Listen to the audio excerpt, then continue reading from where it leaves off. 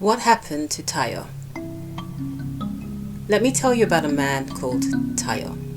Now, Tayo's name in Yoruba means man full of happiness. However, Tayo himself was the complete opposite. He was a very miserable man, always complaining and never satisfied. If you gave him one piece of yam, he would be unhappy because he did not have two. If he was given 3 pieces of dodo, fried plantain, he would cry and complain because he did not have 4. In fact, the rest of the people in the village called him Banuje, miserable, behind his back, and sometimes to his face. It was obvious that no one wanted to be friends with Tayo. To the east of the village that Tayo lived was a deep and dark forest. This forest was known as Igbo Tikusi Badabo, the forest of no return. It was said that if you took 9 steps into this forest, the forest would claim you and you would never be seen again. No one knew from where this tale came, but everyone stayed away from the forest. The forest itself had a forbidding look to it. The trees stretched to the sky, with no way of even seeing their tops. The leaves were so green they looked black. No animals or birds could be heard from within the forest, and it was so densely packed with moss and grass that no pathway could be seen in or out of it. Indeed, it was easy to believe the tale just by looking at the forest. One hot afternoon, Tayo was sitting on his own close to the edge of the forest when he heard someone calling his name. He looked around him but could not see anyone nearby. He heard his name being called again, and as he looked towards the trees in the forest, he saw a young woman standing. "Tayo," she called, "why are you by yourself?" Tayo explained to her that he did not have any friends. "Okay, well, you and I can be friends. Are you hungry?" the young woman asked. Tayo had already eaten a hearty meal not too long ago, but apart from being a miserable man, he was also a greedy one. "Yes, I am hungry, I am," he responded without hesitation. Up to this point, he had not ventured any closer to the forest. "Because we are friends, I want to give you some cashew nuts, but you have to come here to get them," the woman said. "I'm not supposed to go into the forest," Tayo said, but he was already licking his lips at the thought of the cashew nuts. "It is okay, Tayo. There is nothing in the forest but me and lots of different foods. Don't you want the cashew nuts?" she asked him with an innocent smile.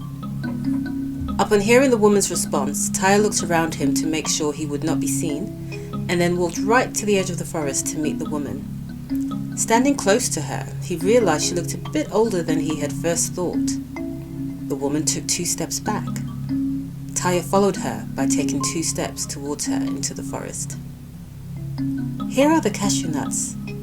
She handed him the nuts and Tayo ate them greedily. "Would you like something else?" she asked, staring at him. "Yes, I would, because these nuts were not very many," Tayo replied greedily. The woman took 3 steps back, and Tayo followed by taking 3 steps towards her. If he had taken a look back, he would have noticed that he could no longer see the edge of his village, for that was how dense the trees in the forest were. But Tayo did not look back. He noticed that the woman seemed to look even older than he had thought. It seemed to him that her skin had sagged, and her hair had shriveled, but he did not think too much of it. "Here is a mango," the woman said, holding out a juicy-looking mango towards Tayo. Tayo did not think to wonder from where she had gotten the mango from, as she had no basket with her. He took the mango greedily and began to eat it.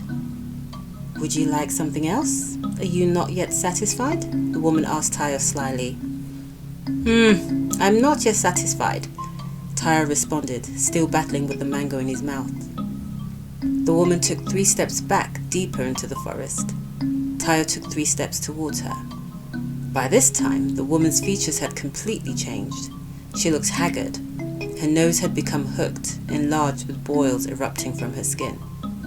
Her head was bald in patches, and there were maggots writhing in and out of her ears. Her fingernails were discolored with dirt and shaped like long talons. But Tyre did not notice any of these changes, for he was now solely focused on what was in the woman's hand. "Here is some roast meat mixed with peppers." The woman extended her hand with a bowl of delicious smelling roast meat of various kinds, mixed with vibrant coloured peppers. Tyre grabbed the bowl, the food smelling so good to him. The question of how this bowl mysteriously appeared on her hand with hot roasted meat did not pass his mind, for he was so filled with greed and the desire for more. He ate without a thought of anything else but the meats entering his mouth. After he had finished, he looked up at the woman expectantly. "Ah, would you like something else? Are you not yet satisfied?" the woman asked. "No, I'm not yet satisfied. What more do you have to offer me?"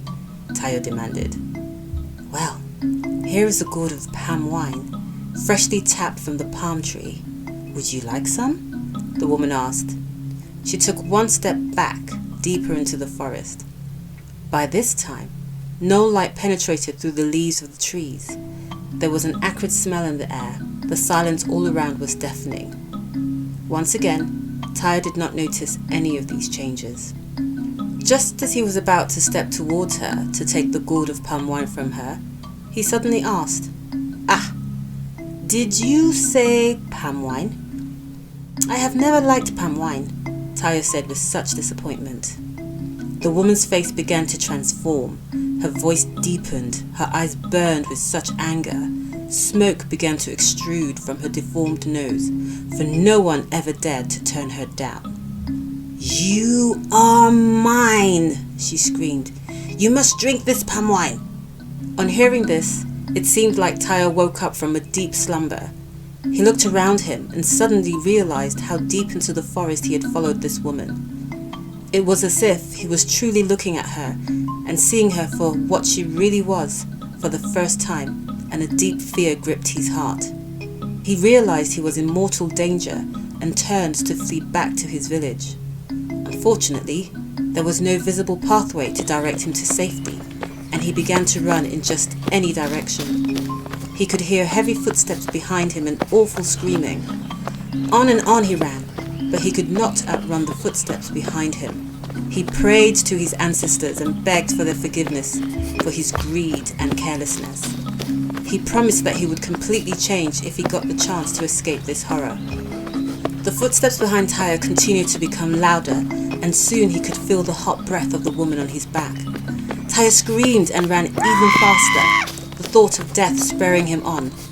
Soon, by a miracle, he saw light peering through the trees, and he could see the welcoming sight of his village in front of him. All he had to do was take a few more steps and he would be free. "You will not escape me!" screamed the woman desperately, her scream sounding like a loud boom in Tyre's ears. He ran even faster.